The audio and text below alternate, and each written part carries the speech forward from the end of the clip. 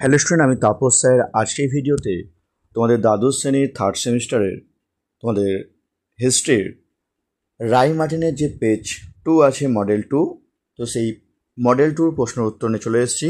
যা এখনও চ্যানেলটিকে সাবস্ক্রাইব করোনি, অবশ্যই চ্যানেলটিকে সাবস্ক্রাইব করে রেখো এরকম ভিডিও সবাইকে পাওয়ার জন্য। তো দেখো, তোমাদের প্রথম প্রশ্ন, মডেল কোশ্চেন নাম্বার 2, বিজয়নগরকে একজন দক্ষ রাজার দ্বারা পরিচালিত বলে মন্তব্য করেন কি? আব্দুর রাজ্জাক। এটা কিন্তু পরীক্ষায় আসতে পারে, ইম্পর্টেন্ট প্রশ্ন। নেক্সট, মার্কোপোলোর সময় দক্ষিণ ভারতে কোন রাজ্য মুক্ত ও রত্ন উৎপাদনের জন্য পরিচিত ছিল? উত্তর হচ্ছে পাণ্ডব। নেক্সট, কোন স্থানকে বার্নিয়ে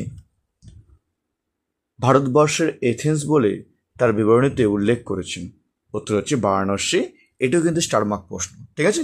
তারপর বিবৃতি দেখো, এ কি আছে? অলবিরুনি সুলতান মাহমুদের সঙ্গে ভারতে আসেন।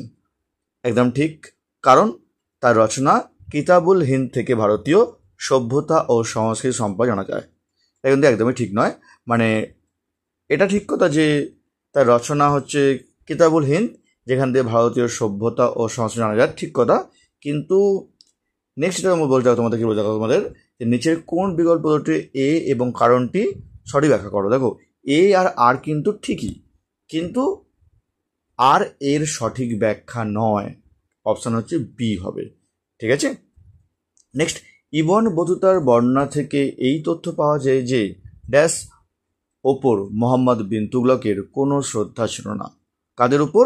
ওলেমাদের ওপর। তারপর আব্দুর রাজ্জাকের বর্ণনা অনুযায়ী রাজা দ্বিতীয় দেবরায়ের অন্তপুরে কতজন রানী ও উপপত্নী ছিলেন? 700 জন। কেমন?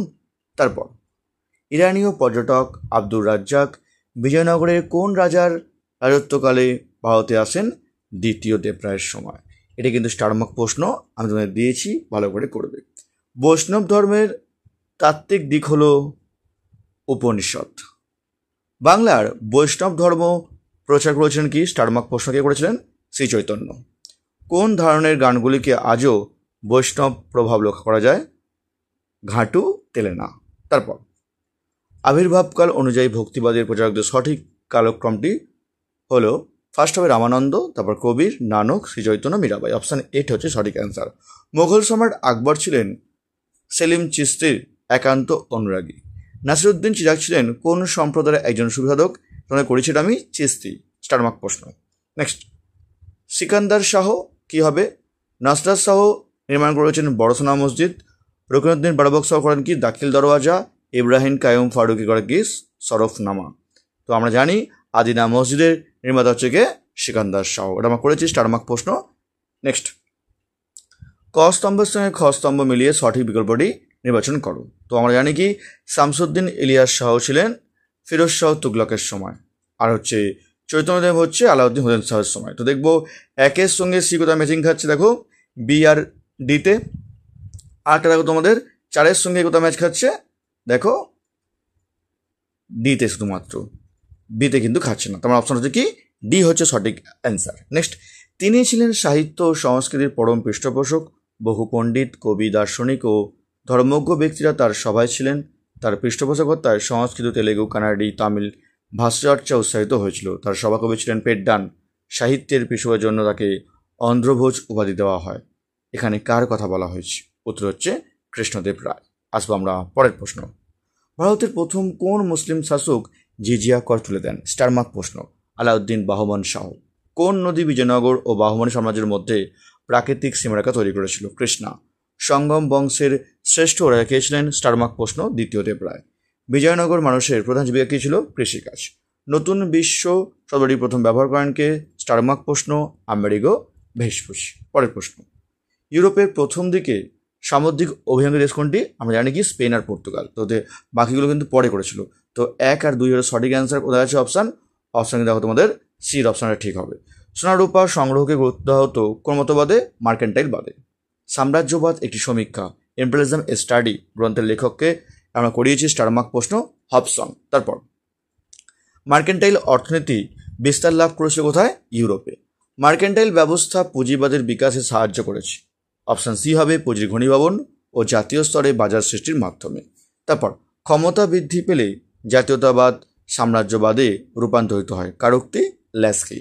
ওয়াইল্ড পলিটিক নীতির প্রবক্তাকে? স্টার মার্ক প্রশ্ন এটি, কাইজার দ্বিতীয় উইলিয়াম। তারপর পুঁজিবাদী মূলধন সম্পর্কে যুক্তিসম্মত বিশ্লেষণ করেছেন কে? রুডলফ হিলফার্টিং। তারপর পুঁজিবাদী দেশগুলির মূলধনের স্ফীতি পরোক্ষভাবে, অপশান বি হবে, উপনিবেশবাদের উত্থানের প্রেক্ষাপট রচনা করে। পাবলো পিকাসো যে দেশের চিত্রশিল্পের দ্বারা প্রভাবিত হয়েছিলেন তা হলো কোন দেশ? আফ্রিকা। জার্মানির টিউটনিক জাতির শ্রেষ্ঠ জাতি একথা প্রচার করেন কে? বার্নহার্ডি হেনরিক টিটস্কি। তো অপশান হচ্ছে বি, অপশান হচ্ছে সঠিক অ্যান্সার।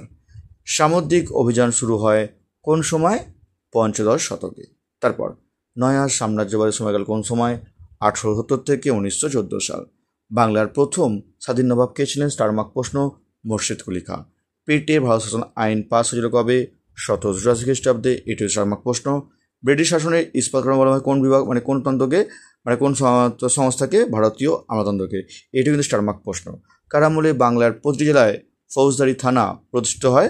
ওয়ারেন হেস্টিংসের আমলে। তারপর ব্রিটিশ সেনাবাহিনীতে সবচেয়ে নির্ভরযোগ্য ছিল কোনটি? গোর্খা সেনারা। লাস্ট দেখব, কাকে রাউতারি ব্যবস্থার জনক বলা হয়? স্যার টমাস মনরোকে। স্টার মার্ক প্রশ্ন। তো যেগুলো আমার স্টার মার্ক প্রশ্ন ভালো করে পড়বে, বাকিগুলো তোমরা পড়বে, কিন্তু স্টার মার্কগুলো তোমরা কিন্তু ভালো করে পড়বে।